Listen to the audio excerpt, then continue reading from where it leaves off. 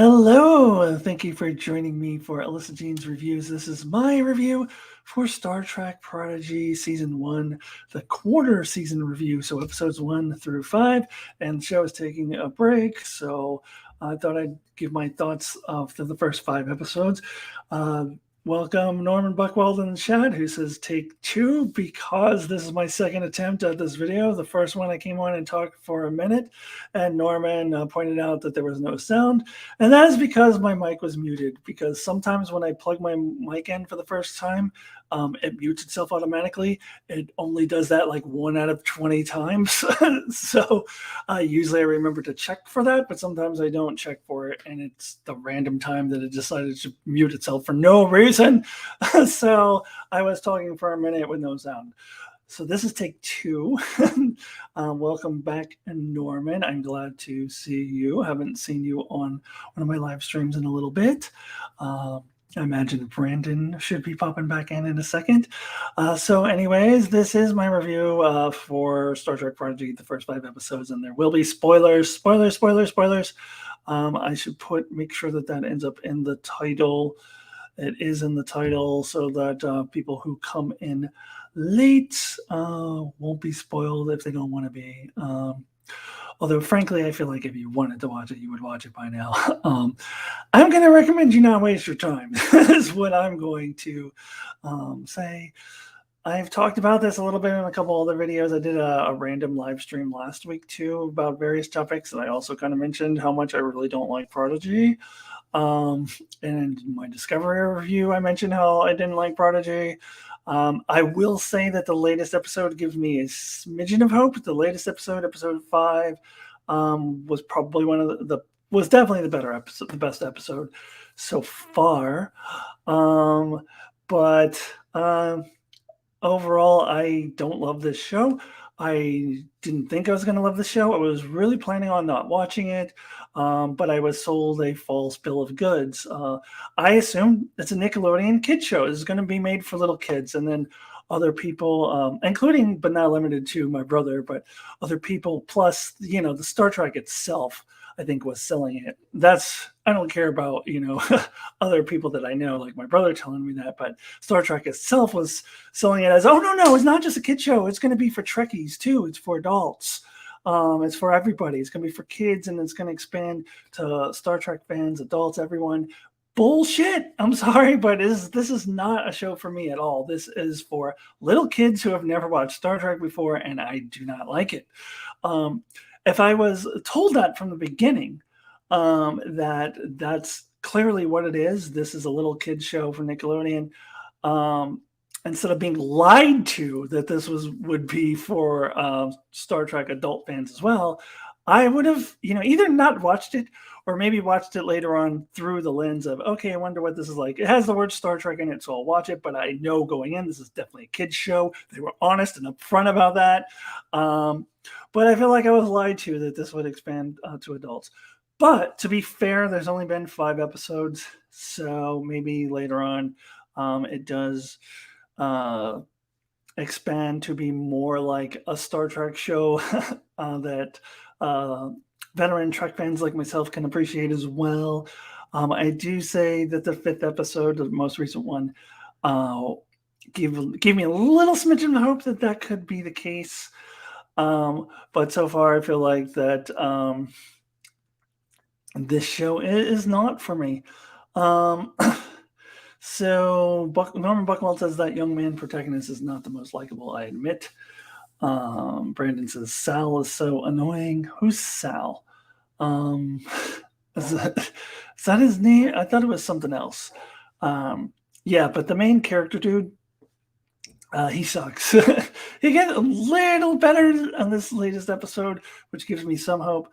But he was just so conceited and full of himself, and so obviously incompetent, but always wanted to take over anyways. And hopefully we'll get past that. But I see that as a very cartoonish trope. Like, that's something that you would expect to see in a little kid show, as a character exactly like that. everything from the fact that they're taking a break after just 5 episodes. I don't watch children's cartoons. I'll watch, cartoons made for adults like Rick and Morty and Star Trek Lower Decks.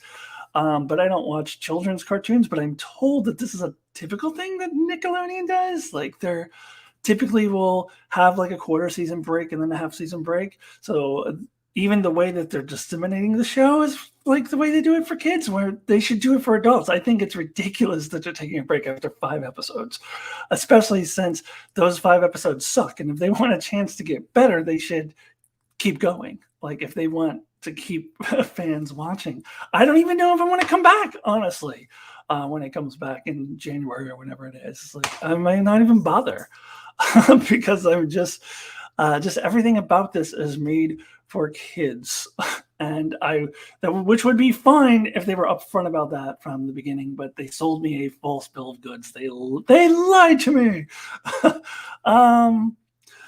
Dal, yes, Dal is his name. I had it in my head before I came on here. I was going to say his name, and then I blanked it.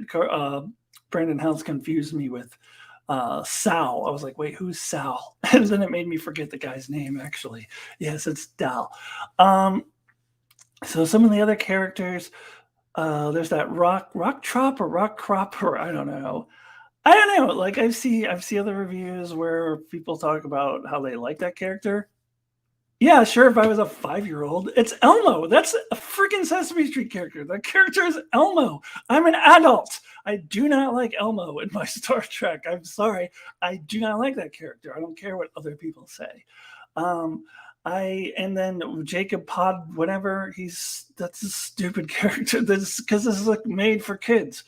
And if I had, again, I keep saying this, but if I had come in here with the lens of, oh, this is for kids, this is not for me, fine, then I can brush aside all these really kidsy, cartoonish, over-the-top, ridiculous characters made for 5-year-olds.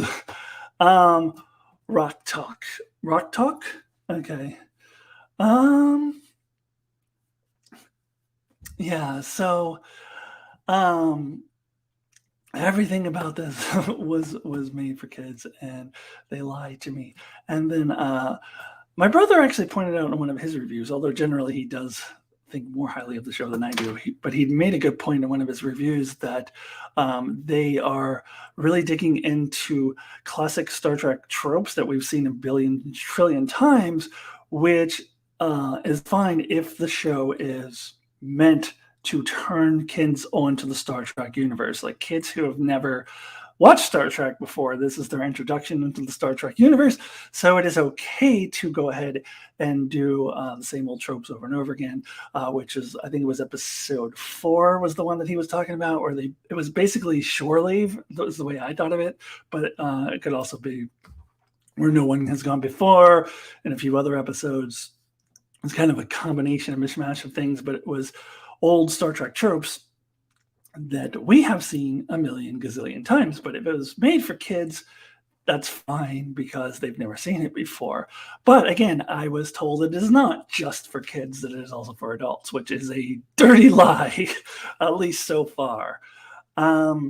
Maybe that changes as the season goes on. So I kind of think of this as sort of the anti-Lower Decks, whereas Lower Decks, it can be viewed by people who are not old school Star Trek fans. But if you are an old school Star Trek fan and you get all of the references, there's just extra stuff in there for you. Whereas Prodigy is like the exact opposite of that, where it's definitely not for veteran Star Trek fans. If you're a veteran Star Trek fan, you're just going to come in here and see the same old tropes you've seen a gazillion trillion times mixed into a children's cartoon. Whereas in Lower Decks, you get things like prank calling Armis. I'll never get over that. It's so hilarious. Prank calling Armis, and then like last year we had freaking Landrew. They wouldn't revisit his Landrew. Come on. Let's see. Let's read some of the comments here. Murph is a walking toy. Yeah, pretty much.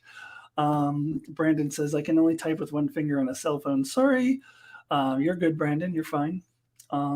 Norman says, I went to see Delta Quadrant species like the Ball and an explanation how this ship got here and lost. Children's show, fine, but we want answers. Yeah, I'm still annoyed that they sold it as an adult show or as a children's show that adults could also appreciate. But maybe it becomes more that late in other episodes. But if so, they should not have stopped after the 5th episode. Mark's here. Mark, Enchantment of Eternity, says, what do you think of the Protostar's ability to build shuttle? Do you think they're trying to plug the Voyager shuttle plot hole? That's a lot of people's theories. My theory is this. I think this ship is from the future, is what I think. Because in the first episode, when the Janeway hologram appeared, she said that Janeway was one of the most decorated captains in Starfleet history or something. It sounded like Janeway existed many, many years ago. And so at first I thought, oh, is this taking place in the distant future? But when you look at the ship, the fact that it runs on a protostar, which, by the way, I do agree with what, Mark, you said in your review. That's a little bit ridiculous. But that maybe this ship is from the future. That is what I think. I don't think that they were trying to say that Voyager had that ability. If they are, then I don't buy it. Voyager most certainly did not have that ability. It's just a plot hole. I don't buy that at all.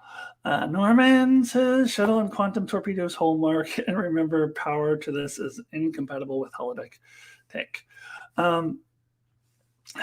Yeah, I don't know about this show. Positives, let me get a couple positives in here. I do appreciate that we've now moved forward now and just have Gwen turn against her father before the quarter season finale. I didn't want them to drag that out too long. It was inevitable that was going to happen. So I didn't want it to drag out all season. I thought it probably was going to drag out all season. So I'm glad they got that over with. She's now part of the crew. When we come back after the break, assuming that I even bother watching it, she is part of the crew now. And now we're off on a new adventure. They've gotten away from the villain there, and they have flown off to who knows where. It seems like it can go a great distance. So I'm wondering, I wonder how it got to the Delta Quadrant. Is it because it can travel at a great distance? But then again, why is there a Klingon ship? You've got so many opportunities to have Delta Quadrant aliens. You had one Kazon in the first episode. Well, you could have so many more. And they mentioned the Hirogen system. That's where this planet is located, is the Hirogen system. What does that mean? I didn't think the Hirogen had a system. But we haven't seen the Hirogen. We haven't seen any of the Delta Quadrant aliens. Let's see some Vendians pop up or something. I don't know. So why are we seeing a Klingon ship? Like, that was the one thing I thought, well, even if this is a kid's show, it would be cool if we get some Delta Quadrant references. And we're not even getting that. We're not even getting that. We're getting a abandoned Klingon ship, which makes no sense. How did that Klingon ship get into the Delta Quadrant? But I'm wondering if we're going to get some explanation as how the Protostar got into the Delta Quadrant. Perhaps, it can travel just really quickly and short distances really quickly, and or long distance really quickly, I should say. And I think it might be from the future. I don't know. Let's get back into the chat. I think Gwen is going to be the actual captain soon.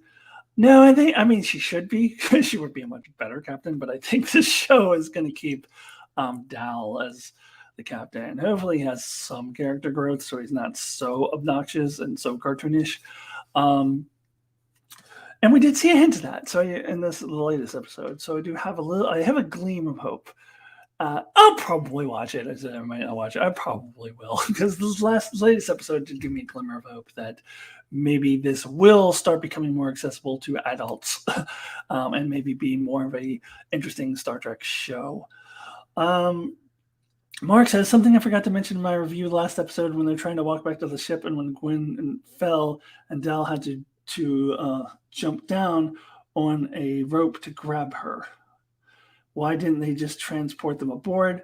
Did they have a BS line of transporters being down? If so, I missed it. I was actually wondering that too. That's a good question, Mark. Or not a good question, Mark, but a good question, comma, Mark. Yeah, it's a good question. I was actually thinking that too. I did not hear a line about the transporters being down, but maybe we both missed it. Yeah, the transporters always conveniently down when you could use them the most. Norman says the answer of the Klingon ship. Where are you in the Voyager rewatch? Alyssa, I'm in season 7. What was there a Klingon ship that crashed there? Mark didn't know either. Mark's watched the whole thing several times. He's watched all of Voyager. Mark didn't know why the Klingon ship was there because he was complaining about it in his review too. I don't remember there a Klingon ship crashing in the Herodian system. Also, if they're in the Herodian system, they should be like Voyager should have been way beyond that by season 7. I don't know if that's when your Klingon episode happens, but I don't remember. Yeah, I don't know. Yeah, Brandon says I thought the Herodian were nomadic. Yeah, they were. So what is this system? Mark says there's a Klingon ship in season 7, but I don't think it's the same one. Yeah, I don't know. I haven't gotten to that episode yet. I think I just watched Shattered, which is like episode 10, I think. So I still got a little bit of ways to go through season 7. So I haven't gotten to that Klingon one yet. But yeah, Mark says not the same one. Which this goes back to one of my complaints with Voyager is that in season 7, like the Herodians show up and they have jumped twice. Once 15 years closer to home and once 10 years closer to home. So they're 25 years closer to home. There should not be any Herodian or Malon or any of that crap, and they've still run into them, even though they should be way behind because there's no way those species are traveling 25 years away. So the Borg can travel and wherever. But so season 7, the Klingon ship should not be anywhere near the Herodians if this is indeed the Herodian system. But then again, the Herodians themselves were in season 7, so Voyager kind of just didn't care about that. Let's see. Norman said no, it's not, but they're granted light years away from Herodian space, but in Delta Quadrant. Won't say anything else to avoid. You can spoil it. I don't give a shit. If you're talking about spoiling the Voyager, I don't care. I have seen it before. It's just a long time ago, so I don't care. Yeah. So I think we're talking about Voyager now a little bit. Mark and I are. I'm trying to finish it before like Christmas, before the new year, so Mark and I can do our Voyager season 6 and 7 discussion. Season 6 was a slog. It was a slog. It was hard to get through. I guess I like it less than Mark because I felt that season 6 had one really great episode, and for the rest of it, I was lucky if the episode was mediocre, and there was a lot of bad episodes. Season 7 so far has been okay. There's been a couple of really bad ones up through episode 10, and a couple good ones, but I think it's, according to Mark, it's going to get worse. So I'm not looking forward to that. But yeah, they're settled on a planet but could want to do it again in as many years, and it's a Bible. Then they could have traveled away from it. Homestead, just saying, friends. Yeah, I don't know. I don't think that, not even having seen that Klingon episode yet in my Voyager rewatch, I am going to say it is not the same ship. So, again, how did the Klingons get there? Anyways, we went on a long sidetrack with Voyager stuff. But I kind of think I've said all I wanted to say about Prodigy. I feel like at least up to this point, I was lied to about what I was going to be getting. And I hope when it comes back, it does start becoming more accessible to Star Trek fans. I find it very unlikely that this is going to ever be anything more than my least favorite Star Trek show. Yes, I like Discovery more.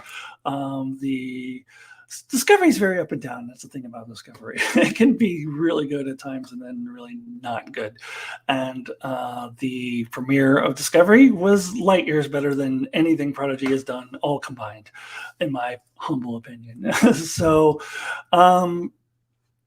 I don't foresee Prodigy ever being anything other than my least favorite Trek show that I just watched just because it has the word Star Trek in the title. I see it more likely that I would give up on it and not watch it anymore. But I'll come back. I'll come back after the break because that last episode did give me hope. Hopefully, we're moving into a new chapter now that they have. Now Gwen is fully a part of the crew and they've flown off very far away somewhere. Maybe it'll start getting interesting. Maybe we will get some Delta Quadrant aliens, which is what I wanted to see. And not the Borg. No more Borg. We don't need to see the Borg. If I see a cartoon version of the Borg Queen that is not a parody of her, like what we saw in Lower Decks, I'm quitting on the spot. I don't think they'll do the Borg. If this is a kid show, they probably won't do the Borg. But I would like to see some more Kazon. I wouldn't see some erosions for the ends. The Malon would fit perfectly into this show since they were cartoonish anyway. So they would actually fit. Then Captain Planet can come flying in to stop the Malon from all their polluting. I mean, it would just fit in perfectly. Yeah, and it would be cool, like if they could do a little bit of a Lower Decks type of thing and have like some obscure Delta Quadrant alien that I can't think of a good example off the top of my head, like something that's only been in one episode or something pop up. That would, if you've never seen it before, you won't be lost. But if you had seen it before, you'd be like, hey, cool, little Easter egg. All right, I'm gonna read a little bit more in the chat, then I will probably end this live stream. Let's see. Discovery and Picard have ups and downs. So far, Lower Decks is pretty good for the most part. And that's from Norman. Lower Decks is definitely my favorite of the modern Trek shows, for sure. Brandon says, I've watched 2 episodes of The Wheel of Time and really enjoy it. Brandon, watch all 3 and then watch my review. Actually, you can go watch my reviews. It's all one big video, but I did timestamps in the description for my episode 1, episode 2, episode 3. So you could watch my episode 1 and 2 reviews right now if you wanted to. Or, after you watch all 3 episodes, you can watch the whole thing. Norman, I don't know what to say of Prodigy yet. I'll wait until the first season is ended, but so far it's okay. Nothing truly spectacular. Animation is good. Oh, that's another positive. The animation is good. I do really like the animation. I kind of like Hologram Janeway too. It's cool to see Kate Mulgrew back in the Star Trek universe, and it's Hologram Janeway is cool. I still disagree that Prodigy is just for kids. I've seen some movies and shows that were just for kids and adults could get nothing out of it. I think Prodigy is better than them. I disagree. I think we've got Elmo. I think we've got clearly kids cartoon characters. So far, there's nothing for me in this show. And as you pointed out, Mark, that they're just rehashing the same old tropes because it's for kids, and kids haven't seen these tropes a million trillion times, so it's all new to them. So this is not for me. Certainly not in the way the Lower Decks is. Nothing even close. It's the opposite of that, as I said earlier. But excuse me. But it could get better. As I've said, there was a glimmer of hope in the latest episode. So maybe I will start to feel like there's more in it for me when it comes back from the break. We shall see. Okay, that's my review for Prodigy. I'm not going to give a rating because it's only a quarter season. once the whole 20 episodes is finished in 2025 or whatever. I'm joking. I know it'll be next year. But once all 20 episodes are finished, then I will give my overall rating for it. You don't want to hear my rating now. It'd be pretty low. But to be fair, I'll wait until we get the full season before I pass judgment onto it. All right. So if you're joining me for the first time, then you're probably annoyed by all of my chattering with the people in the chat. But if you're joining me for the first time, I am covering Star Trek Discovery Weekly. My review for episode 2 will probably be out on Thanksgiving in U.S. time, and on. Well, I guess it only matters to U.S. people anyway, since we're the only ones can watch it. I'll be on Thanksgiving, and then the day after, I will release my review for episode 4 of The Wheel of Time. Also, this Friday, I am releasing my latest video in my Nostalgia Lane series. I'm going to rewatch the movie Clue, because I saw it on Paramount Plus, and I was like, I haven't seen that, or I saw that it is on Paramount Plus. And I was like, I haven't seen that in so long, so I was going to do that one. A little worried about the homophobia in that movie, though. So we'll see. So that is upcoming, and then I've got all kinds of great stuff in December. So stay tuned within the next week or so for my December calendar video, where I will announce all the fun stuff that I have in store for December. So if you have not already, please subscribe, and I will see you really soon. Goodbye, everybody.